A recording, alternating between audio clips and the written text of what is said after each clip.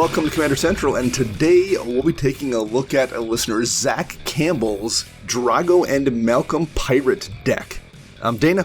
And I'm Max. Max, good morning. How are you doing this morning? I am awake, so we'll count that as a win. You gotta take those minor victories when you can get them. Yes. Chris had a few issues, so he couldn't make it for recording, but we had a different show we were going to do. We weren't going to do a deck tech today. But Chris actually wanted to specifically talk about that topic, so we will hit that next week when he is hopefully back. And this week we're going to look at a pirate deck. So, yar! Scurvy! So I went to, this is going to air on the 18th of July. I will have gone to Command Fest Indy the previous weekend, and that was a good time. I had a really good time there. I had never really spent time in Indianapolis before. Downtown was very nice. There was a lot of nice restaurants. It was easy to get around on the Skyway. And the event was great, too. I played a ton of really good games. Yeah, it was just an excellent weekend. And if I got to play with any of you listeners, I know there's a few people out there for sure. It was a good game because every one of my games was good. I had no bad experiences at all. So thanks for everybody that came out to play. I have one question. I've never been to Indianapolis.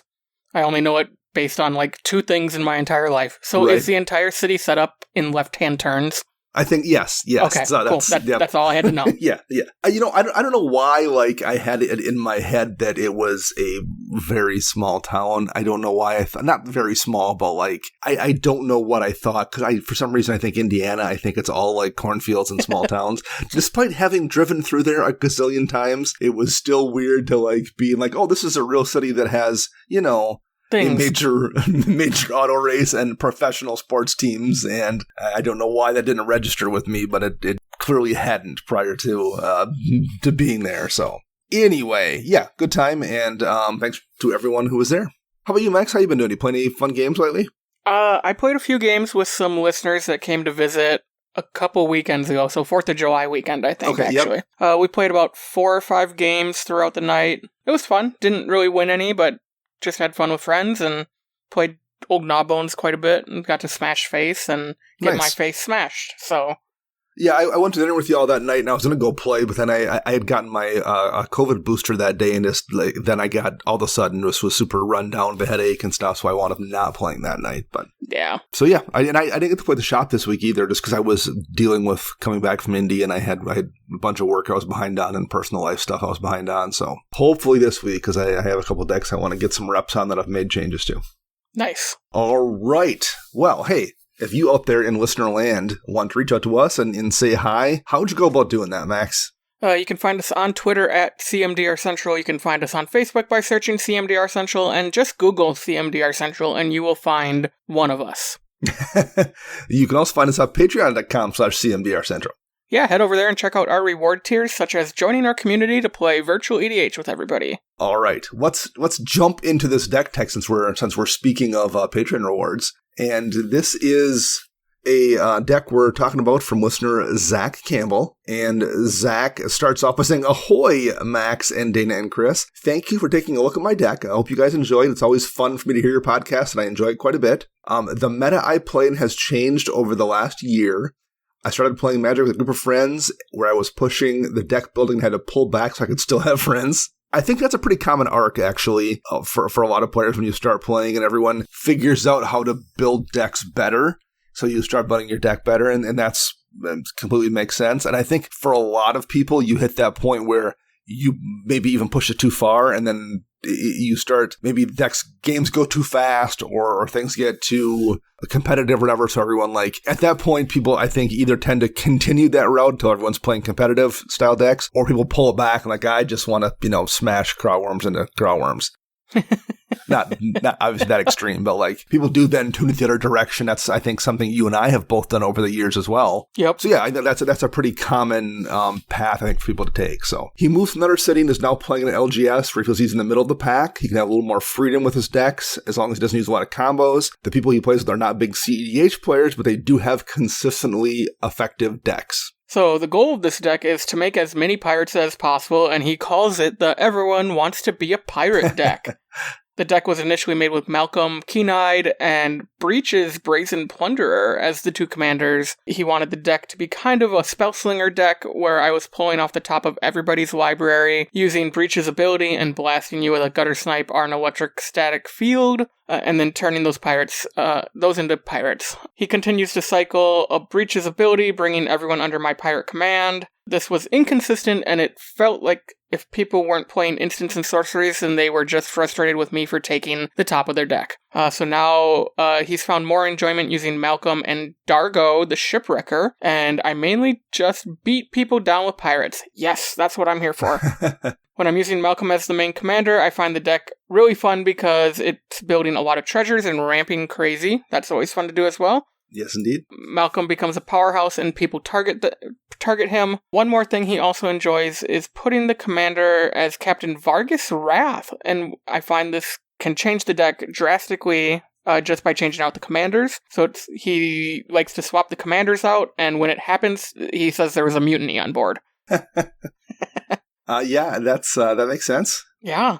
The weaknesses. A lot of the weaknesses come in this deck when people just kill Malcom really fast, and then he gets really expensive to bring out. He wants to make sure he has protection before I do anything, otherwise I'm always behind. When I fall behind, I can't hit people with pirates to trigger Malcolm's ability to give treasures, so he's just kind of stuck, and if I do get Malcom back, I'll be able to just kill him again. He's also finding that pirates just don't have enough toughness and steel. Don't let them hear you say that. So they die easily, and board wipes take them all out, which takes a long time to rebuild. He knows rebuilding after board wipes is a fairly regular occurrence in most Commander games, but at that point the rum's gone and the pirates are all a bit disgruntled.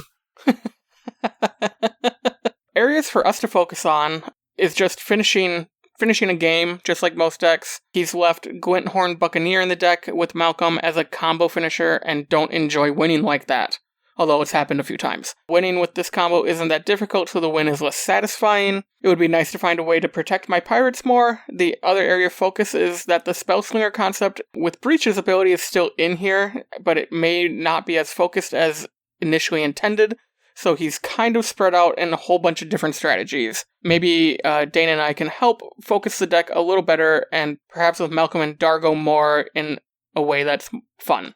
I would say my budget limit is between $25 and $30 for a single card. He just traded in a bunch of cards at Card Kingdom, so he has some credit and can swab the deck. I appreciate your time and hope this makes for a fun and interactive podcast. Thanks, Zach Campbell. Well, thank you, Zach Campbell, for sharing your deck with us. So let's dive in. I'll first read Malcom and Dargo. Malcom is 2 and a blue for a 2/2 Siren Pirate with flying. Whenever one or more pirates you control deal damage to your opponents, you create a treasure token for each opponent dealt damage.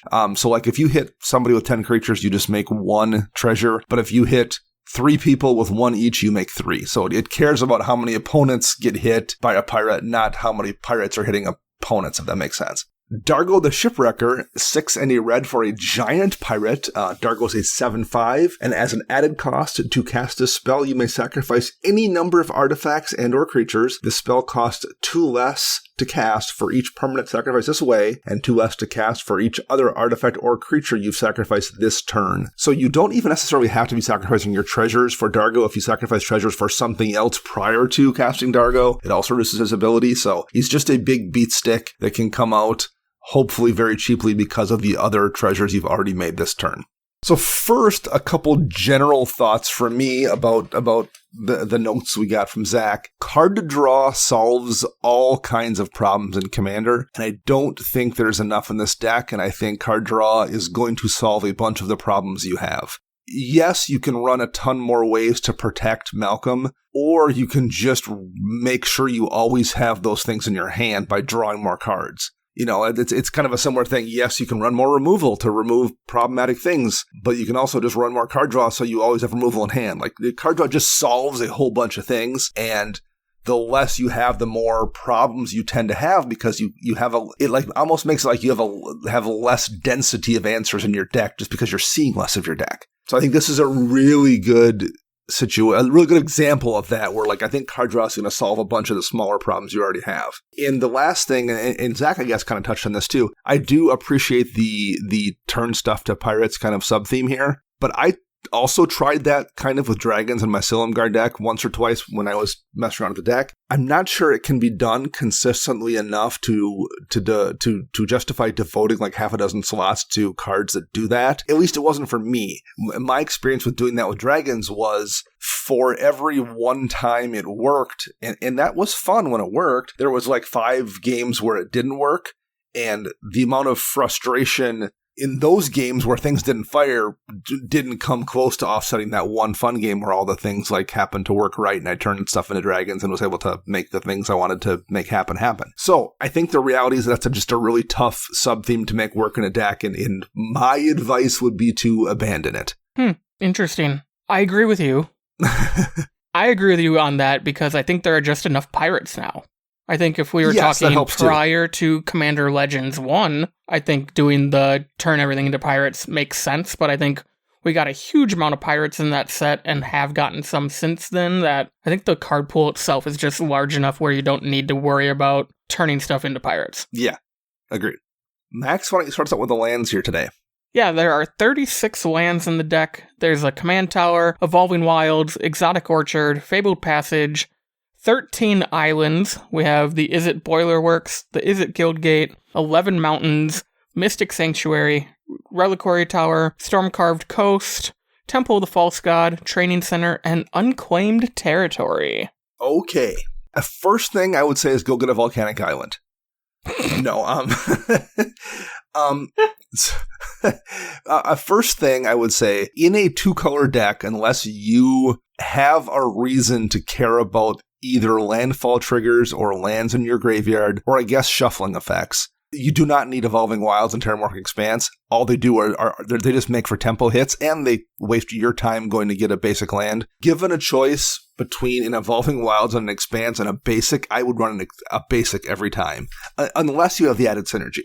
And in this deck, like at this point, Cascade Bluffs, since the Double Masters reprint, is just under $3. Shivam Reef, you can get the Origins version and the M15 version. I checked this morning for about $1 as well. Those will help with fixing in a way that Evolving Wilds and Terramorphic Expanse won't, at least long term, because they can make both colors versus just getting one, and they'll help with your tempo because they just come into play and you can use them immediately. So I would just replace those two with those dual lands for sure. Those are very affordable options, and they will solve way more problems and make things run much smoother than Wilds and Expanse.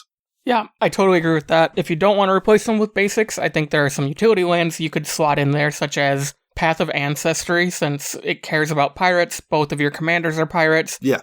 You get that Scry 1 as long as you're using that mana to cast a pirate. So that Scry, it might not be card draw like Dana talked about earlier, but it is card selection. So if you're getting flooded, you can get that land out of the way. If you don't need that 12 drop right now, get it out of the way. Right. I love that, and this would be a great deck for that. The other one I always love to recommend, especially since Zach did mention that his commanders tend to get high-costed, Command Beacon. Just use it, sacrifice it, get whichever one you can't afford to pay all the commander tax for back into your hand. Yeah, similarly, things like Ghost Quarter and Tectonic Edge, again, you have plenty of room here to pull out a couple basics and replace things like that. If someone lands a Cabal Coffers or a Field of the Dead or a Nykthos or worse, a Sarah's Sanctum or a Gaia's Cradle or something, or even a flipped Growing Rights, you're going to lose a game. Like that's what's going to happen when someone plays a Cabal Coffers in a mono black deck or with Urdborg out. They're going to make so much mana, you're just going to lose. There's almost no downside to running a Tectonic Edge or a Ghost Quarter. They're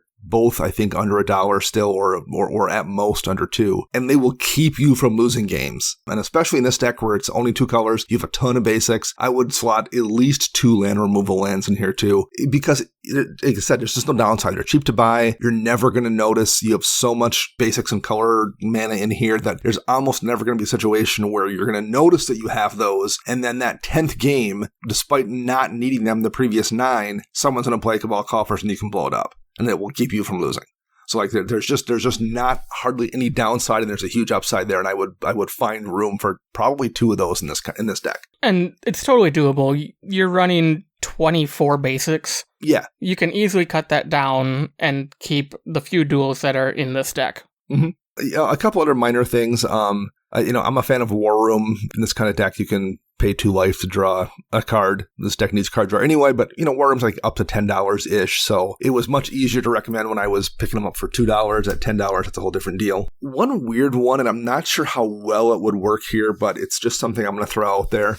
Mutavault and Faceless Haven are lands that can be turned into creatures, and they have every creature type. If you find yourself in situations where you just want to be able to swing just to get the extra treasures and, say someone board wipes and you play Malcom, it gives you an option to turn a land into a pirate to swing out on a clear board to make a couple extra treasures. Is it worth it? I don't know. I'm not going to say it is, but it's something you could consider. Mutavault's only a couple bucks these days. Faceless Haven is relatively cheap, although that would require you turning all of your basics into snow lands to activate it. But it's something I would maybe consider. I don't know if it would work necessarily, but I'm just throwing it out there. Okay, let's go over to artifacts. 12 artifacts in this deck.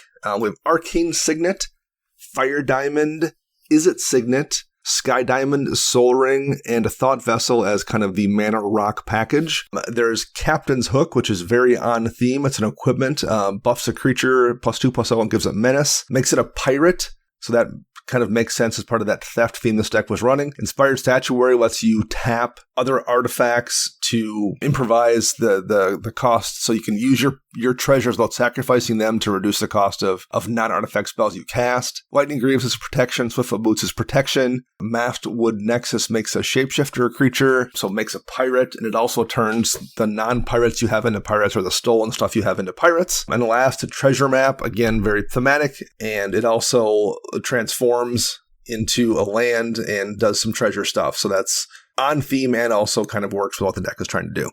My first thought here is Sky Diamond and Fire Diamond are basically the Terramorphic Expanse and Evolving Wilds of Mana Rocks. There's just better alternatives that don't hit your tempo, because those come into play tapped every time. Talisman of Creativity makes both colors, and yes, it does ding you for a life, but it's just very rarely ever relevant, and it's under $2 nowadays. If you don't want to lose a life for your mana rock, I mean, again, it's a 2-color deck. You can afford to just run rocks that make you colorless mana that cost 2. Everflowing Chalice is cheap. Mind Stone is cheap. Liquid Metal Torque is cheap, and it gives you a little bit of extra power. If someone blows up artifacts, you can turn something that isn't an artifact into an artifact. It lets you make deals with people. Hey, this thing's a problem. I can make it into an artifact if you can remove artifacts, whatever. So, like in the 2-mana slot, I would run every one of those over Fire Diamond and Sky Diamond. And that's even before we get into 3-mana rocks that have ridiculous value. Midnight Clock is fantastic and will help with your draw issue. Glittering Stockpile is really good. Cursed Mirror is really, really good. Gives you another pirate that you can attack with if you drop it late game as well. All worth considering, and all ones that I would definitely run before those diamonds for sure. Yeah, I totally agree. And now I'm just having the meme of, look at Everflowing Evolving Wilds, and then one of the medallions, and it's like, they're the same picture. Right, yeah. I also do kind of like Dragonspark Reactor, maybe. I can't quite tell how many treasures this deck makes. Dragonspark Reactor is an artifact when it comes into play, or when an artifact comes into play under your control, you put a counter on it, and then you can sacrifice it and blast a person and a creature for the number of counters on it. In my Jury treasure deck, I routinely get it up to like 10 or 12 or 15. I'm not sure if this deck, it's not as dedicated to treasures as that deck is. I'm not sure if this deck is going to as routinely get a Dragonspark Reactor up that high, but like maybe. So that's something I would keep an eye on as you're playing. Just be like, do I make enough treasures? And like, let's say I played a turn 4 Dragonspark Reactor, like look at the board at turn 8, or just kind of mentally keep track of it. And like, how many counters would be on it right now? Because in decks where it's good, it's really, really good. I don't think I've ever seen this card before. Dragonspark. Oh, this is from the new Kamigawa. Yeah, gotcha. Yeah. Okay. Yeah, that was like 12 sets ago, so you probably have forgotten about it by now. I thought it came out in Ravnica, So my main things to add here would be something like Vanquisher's Banner, since we want to add more pirates. Yeah. Yeah, it's 5 mana to cast, but a lot of your pirates are super cheap to cast.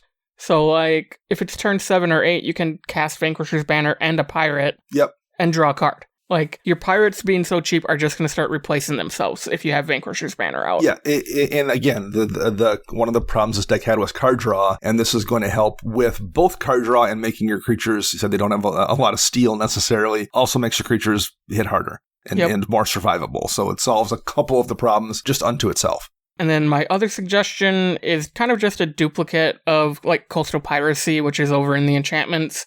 And that's Biden of Thassa. It does the whenever a creature hits a player, draw a card, versus Malcom being multiple creatures, you still only do the thing once per player. So just having more ways to draw cards is always helpful, and they're permanent, and they're going to give your opponents decisions if they want to remove them or not. Yes. So let's go look at the sorceries in this deck next. 8 sorceries. There's a Blasphemous Act, which is just a gross board wipe. Super efficient, and I would have a tough time not running it in almost every red deck, so that makes sense. A Brass's Bounty, 7 mana, 6 in a red. For each land you control, create a treasure token, so on theme, and also kind of works what the deck is doing. Echo of Aeons, which is just a 6 mana time twister that actually flashbacks as a time twister for the same exact mana cost. Faithless Looting, Mass Mutiny, 3 and 2 red. For each opponent, gain control of up to 1 target creature that player controls. Untap them and they gain haste. Preordain, for a single blue. Surge to Victory. Exile target instant or sorcery card from your graveyard, and creatures you control get +X/+O till end of turn, where X is that card's mana value. And whenever a creature you control deals combat damage to a player this turn, copy the exiled card, and you may cast the copy without paying its mana cost. I love Surge to Victory. It's been super fun in my Kedis and Krom deck. I'm a big fan of it, and I'm glad to see someone else giving it a try. And Wheel of Misfortune. I'm not going to read it because it's got 8 paragraphs of text, but everyone at this point probably kind of knows what it does, even though it's not the most intuitive card in the world. So it is a draw-ish effect here in this deck as well. So I'm going to keep harping on this, but I'm going to say more draw. I don't like Faithless Looting or Preordain here, and here's why. I don't not like them in general, don't get me wrong. They're both great cards, but they're cards you use in a deck that's trying to fish for a combo line generally, or in the case of Faithless Looting, it's a card you run in a deck that cares about putting stuff in the graveyard maybe, or doing both of those two things. This deck doesn't seem to be doing that. It's not caring about stuff in the graveyard, it's not fishing for a combo line. I think what this deck wants is just to put cards in hand so you can find answers more easily. I also don't know this is a deck that can really take advantage of Echo of Aeons. Again, it's a good card, but I think you need to have a certain kind of deck to really take advantage of, and I don't know if this is that deck. My advice would be to focus on a few ways to get cards ahead, to actually, if I'm gonna play this card, I want to come out with more cards than I started with, and I want to do that efficiently. Winged Words is a perfect example of that. Your commander has flying, there's a few flying pirates here, it's almost always just going to be a 2-mana draw 2. Chart a Course, this is an aggro deck that's attacking a lot. Chart a Course is almost always going to be a 2-mana draw 2. Like I said, you are an attacking deck. Light Up the Stage is going to very often be a 1-mana draw 2. It's an impulse draw, but so one of them is a land for turn and one of them is a spell you can use. Expressive Iteration is so good it gets played in Vintage and Legacy. You should just have that in this deck. It's just fantastic card advantage. Again, 2 mana, really efficient. And I'm a big fan of Secrets of the Golden City. It's a 3-mana draw 3 functionally. At least by the time you get to the point where you're going to cast it, you're almost always going to have the City's Blessing. Again, really good card. I think that's what you need. You just need 5 or 6 more cards that are going to push you cards ahead that are not going to take your whole turn up and going to let you more frequently have an answer in hand, whether it's an answer to save your commander or an answer to deal with a problem. Okay, Dana, you talked about a card that I wrote.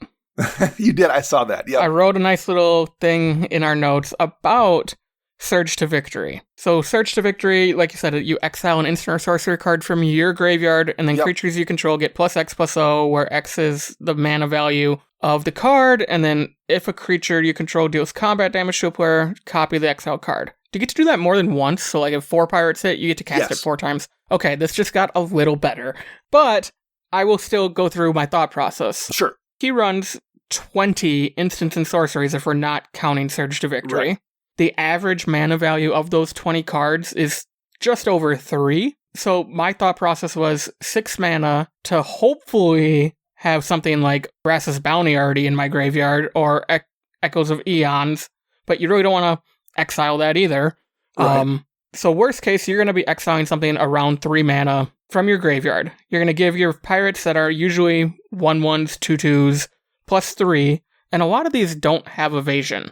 So I'm not really sure if this is a great card for this deck. I get why you run it, Dana, in your Is It partner deck, because Krom flies, and Kedis is just going to benefit from Krom hitting someone for 3 extra damage. When you run a bunch of those cheap double power spells or +3/+O spells, that's a little different than, and your commander has flying, and yeah, Malcom does too, but you're just trying to kill as many people as you can in that turn, where I think this deck isn't trying to do that. No, that's a good point. One of the things I'm going to kind of talk about in the creature section is trying to run more pirates with evasion, and I think that will help make that card better. But no, that's a good point. As it stands right now, I do think there's going to be situations where Search to Victory is not going to be able to poke through to work as well as it should. So no, that's fair. I like the card a lot, but no, that's a good point.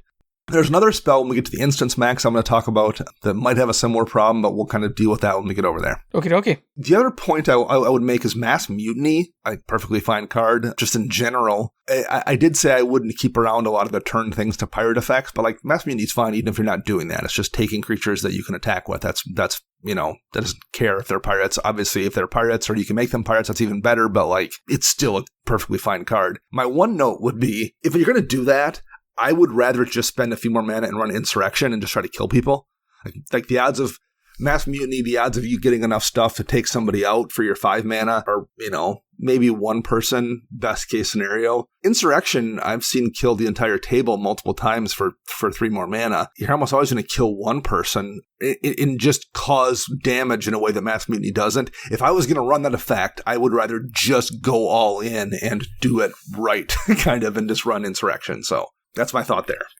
Yep, I totally agree with you, and I can't believe you... I know, right? Talked about a card you despise and saying just run that instead. Well, the reason I said that is because I've died to Insurrection so many times. So yep. Okay, Max, what are there for instants here?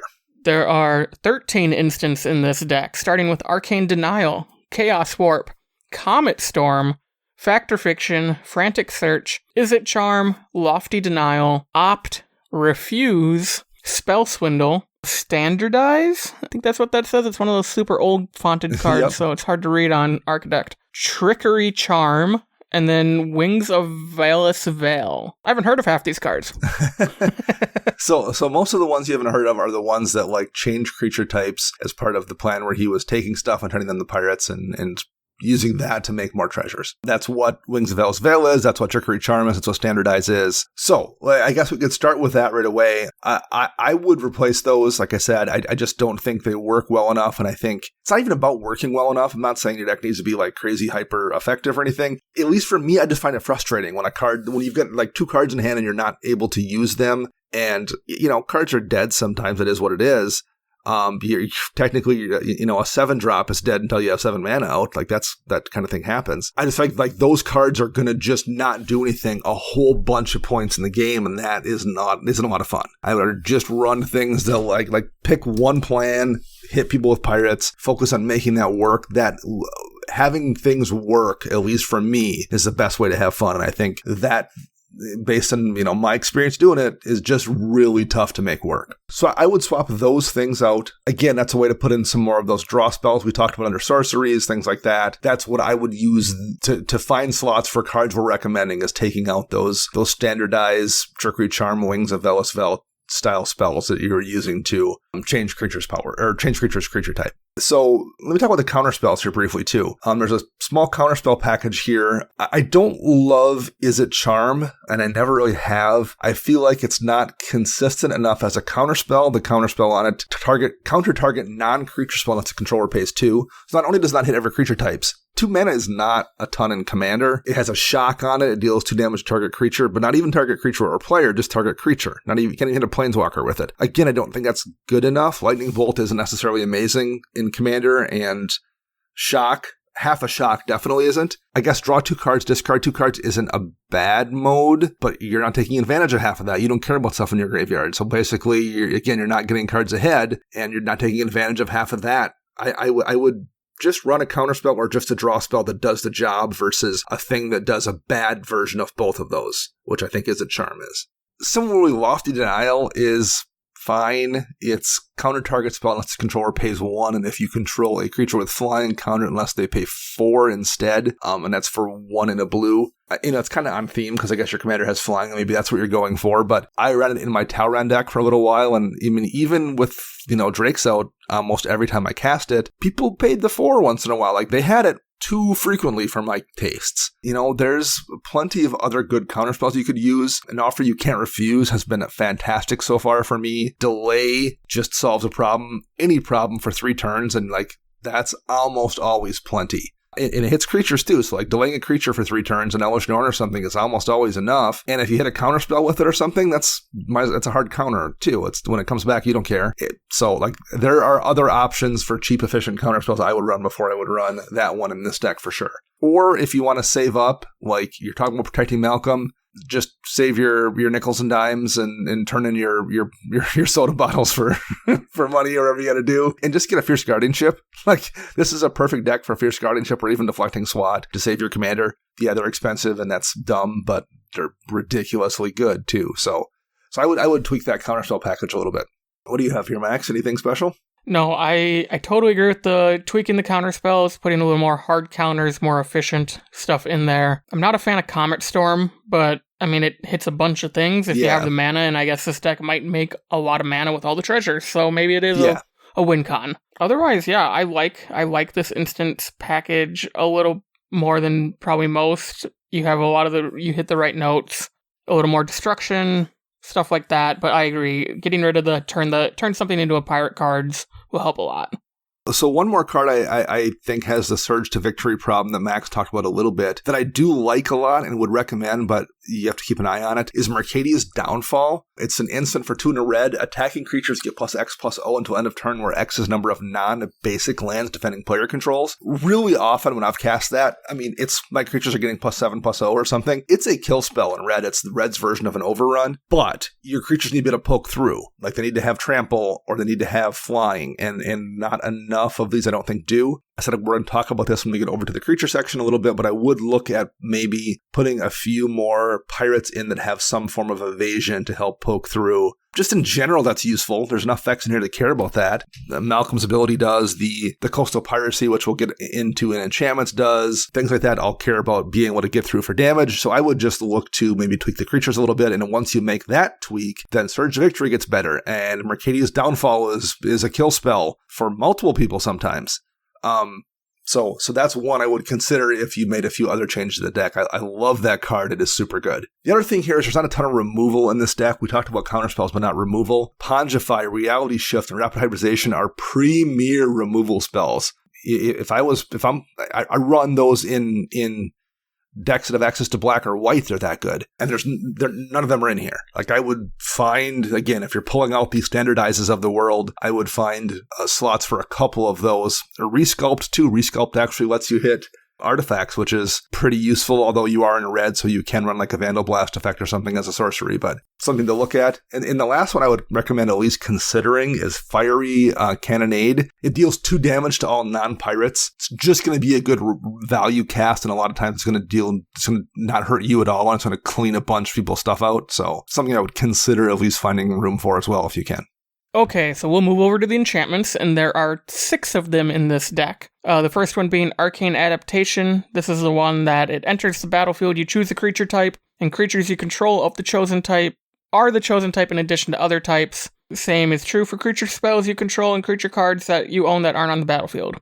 Coastal Piracy, I mentioned this one earlier. Whenever a creature you control deals damage to an opponent, draw a card. Curiosity, it's 1 mana, and it's an aura, and whenever it deals damage to an opponent, draw a card. Curious Obsession, another 1 mana aura. The creature gets +1/+1 and has, whenever this creature deals combat damage to a player, draw a card. And at the beginning of your end step, if you didn't attack with the enchanted creature, you sacrifice the enchantment. Good old Ristic Study, and then Storm the Vault, which is an enchantment on the front side for 2, a blue and a red. And it says, whenever 1 or more creatures you control deal combat damage to a player, create a treasure artifact token. And then at the beginning of your end step, if you control 5 or more artifacts, you transform Storm the Vault into Vault of Catlacan. You can tap for any color of mana, and then you can tap to add blue for each artifact you control. So for the first one, I don't love, again, Arcane Adaptation. I get what you're doing, but it's tough to make work. If you're going to be getting rid of those, turn my few creatures that aren't pirates into pirates effects, pull that out. Kindred Discovery is under $5 now after sitting at like over $25 for a long time. Every time a pirate comes into play, you draw a card. Every time a pirate attacks, you draw a card. Doesn't even need to deal combat damage. That card is disgusting. And I would 100% find room for it in this deck somewhere, probably swapping Arcane Adaptation for it. The other thing I would say, I get Curiosity and Curious Obsession, but you already talked about how Malcom gets a target painted on him. People don't want to let him attack. Putting a Curiosity on him, and he's probably the best target for it because he has evasion and not all of these do. But, maybe you put it on Dargo too because he has trample. I'm not sure. Either way, it's just making the creature that they already want to remove so you don't get treasures that much more shiny of a target because now it's going to be 2 for 1 and they want to keep you from drawing a card. Max mentioned Bite of Nathasa. Like, that would be a much safer run than Curiosity or Curious Obsession or just a straight up draw spell. Like, I just don't, I feel like, drawing a couple cards off of something that you do one time is going to be better than a Curiosity that could draw you none if they remove it in response. Because creatures are the easiest thing to hit, so I would probably wind up not running either of those. I don't like those kind of effects if you don't have ways to protect it consistently. And like I said, people are already gunning for you. You're just giving them one more reason to remove your stuff. So I don't necessarily love those either. You have any suggestions for new additions? I had a couple. Lots of the pirates don't have evasion. I'm going to suggest a few that maybe do when we get over to creatures, but I think Levitation wouldn't be necessarily bad here either, just to give all of your creatures flying.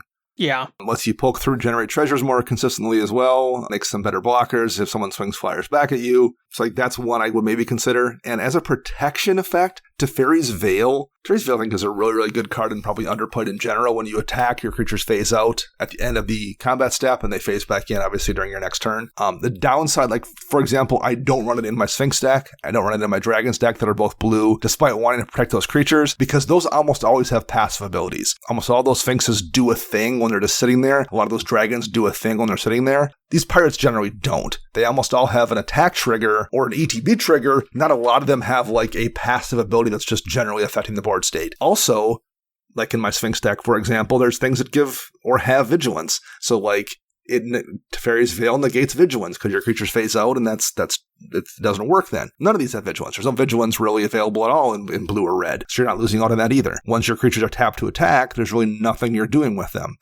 So why not make sure that no one can like board wipe on their turn and hit your stuff, or sorcery speed removal or something. Just phase them out with Teferi's Veil and not worry about it. I would really consider that here as well as a way to protect Malcom. Awesome. I have a few suggestions. The first being Goblin War Drums, similar to like Levitation. It's going to give all your creatures menace. Yeah, your creatures are smaller, but it's still going to take 2 of your opponent's stuff to block 1 of your things. So you will eventually start getting through with an army of bodies. Absolutely. And speaking of the army of bodies, Molten Echoes is a 4-mana enchantment, and you choose a creature type. We're going to pick pirates, I hope. And then whenever a non-token creature of the chosen type ETBs under your control, create a token that's a copy of that creature, and that token gains haste, and you X out at the beginning of the next end step. You only run like 3 legendary pirates in the 99, so this shouldn't be an issue with the legend rule. Right. But it's also just more value in case you do eventually upgrade this deck to put in something like a Dockside Extortionist. Yeah. Or it wouldn't work with like Ragavan, but any other pirate that might have a cool ETB factor. Like I think of what's the red one that lets you take an instant or sorcery from their graveyard and then you can cast it? Dire Fleet Daredevil? Yeah, that one. So stuff like that. You're going to get more value and additionally more bodies that can attack immediately. Right. And then finally, this is my opinion to what you should replace Surge to Victory with, and that's Shared Animosity. Yeah. Because your pirates are going to get +1/+0 for each other attacking pirate. In this deck, as it stands right now, with the creatures that are in here that have evasion less frequently, I tend to agree. That's better than Surge to Victory, for sure. Yeah, because, I mean, if you're swinging with 4 pirates, they're all getting +4 or +3/+3, making that 3/3 into a 6/6 or a 6/3. That's a lot. I feel I'm okay trading there versus trading to a 4/4. You know what I mean? Yeah, agreed. All right, hey, last but not least, let's look at the creatures here. There's 23 of them, and a lot of them are pirates.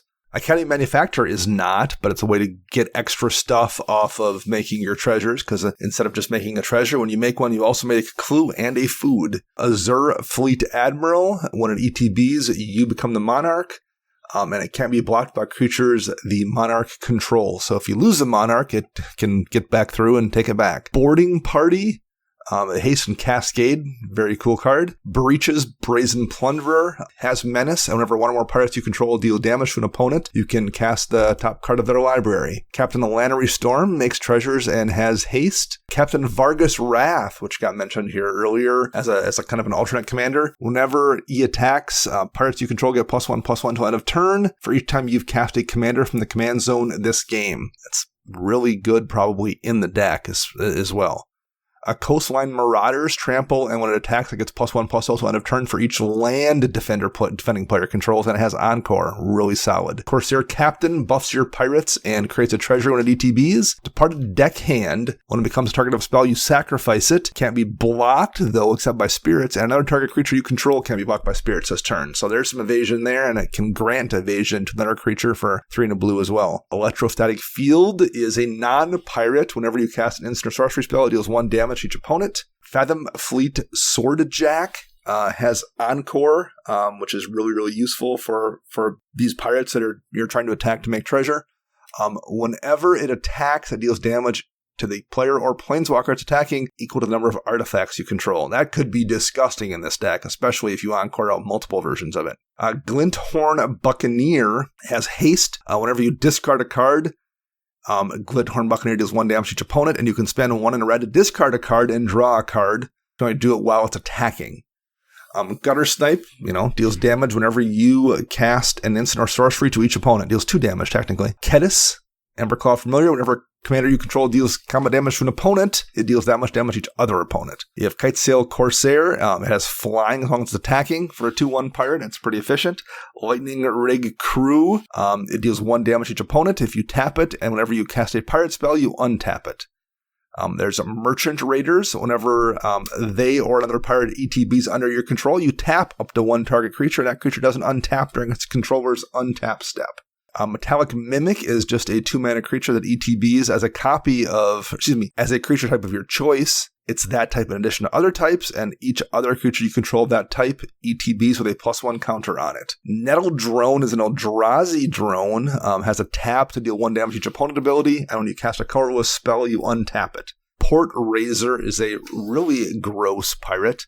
When it deals combat damage to a player, you untap each creature you control, and after this combat phase, there's an additional combat phase. Port Razor can't attack a player he's already attacked this turn, but you can attack somebody else, give you another combat step. Siren Storm Tamer is just a 1-mana flying pirate, and you can sack it to counter a spell or ability that targets you or a creature you control. Thermo Alchemist, human shaman, so not a pirate, and you can tap it to deal 1 damage to each opponent, and when you cast an instant or sorcery spell, you untap it.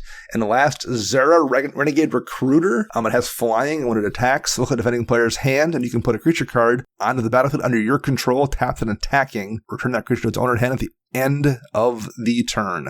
All right, so bunch of pirates here, bunch of things that are quite useful. So again, talking about, kind of focusing your theme a little bit. Nettle Drone, Thermo Alchemist, Electrostatic Field, Gutter Snipe. Those cards are fine. I don't think you're running enough instant sorceries to really make it that effective. I think you're just better off running some pirates, particularly if you can run pirates that have evasion. And there's more than a few of them that have evasion type abilities. Things like Burdened Aerialist that let you actually poke through.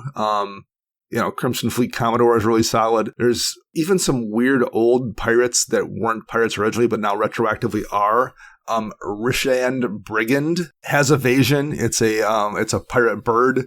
Basically, when it comes into play, each opponent sacrifices a permanent unless he or she pays 3. That's pretty useful too. And like I said, it has evasion, so it's easier to poke through and get that damage to make those pirates. So there's not a lot of big changes I would make here, but I would look to take some of those things out and replace them with pirates that have evasion. There's even a few changelings that do. Torian Mauler, despite not having evasion, is also a crazy effective card that gets a +1 counter out whenever opponents cast spells. Comes into play for 3 mana, and it's going to be a pirate as well, and that thing's going to get ginormous. Not only is that a threat to people, but that kind of protects Malcom in a way too, when someone has to choose between removing Malcom or removing that Torian Mauler that's turned into a 12/12.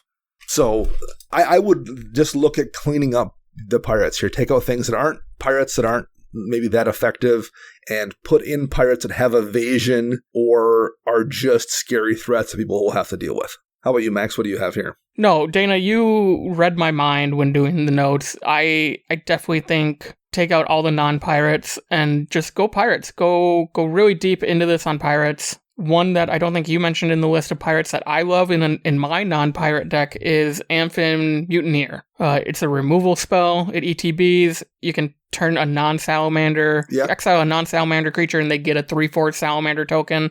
It also has Encore, so you aren't doing crazy things like I do in Dargo with it, but you can still Encore it and take out a few more things. Mm-hmm. I will put an asterisk. I do think Academy Manufacturer should stay in this deck just because of all the extra value you get from it. That would probably be the exception I would make, for sure, yeah. Yeah. But otherwise, yeah, I think, just Scryfall Pirate and type in your colors and see what ones you aren't running that either provide a cool ETB or provide a cool exit the battlefield strategy or have evasion. And I think this deck will come together very nicely. Very cool. Yeah, I think that is going to basically cover it. I like the deck. I like pirates. And I don't think you need to stray too far from what you're doing. I think it's mostly like a cleanup. You're just like focusing on... Because the deck was something once a little bit different and you've moved to a different direction. I think you just need to keep moving in a different direction and find what works. Because there's definitely the core of a really solid deck here. And hey, pirates are fun too. I like seeing people do fun things like that. All right, I think that is going to wrap up episode 325. Thank you very much to Zach for sending us your deck to take a look at and for supporting us in the show. And thanks to all our Patreon supporters. Thanks to Rafael Garcia, our editor. You can find them on the Twitter birds at Ursa Bearwalker. Our podcast theme is Retro Future Dirty by Kevin MacLeod, licensed via Creative Commons. I am Dana. You can find me on the Twitter birds at Dana Roach. You can find Max at CMDR_Max. And you can find Chris at YSquishy1. We'll be back next week with a new show. Until then, I'm Dana. And I'm Max.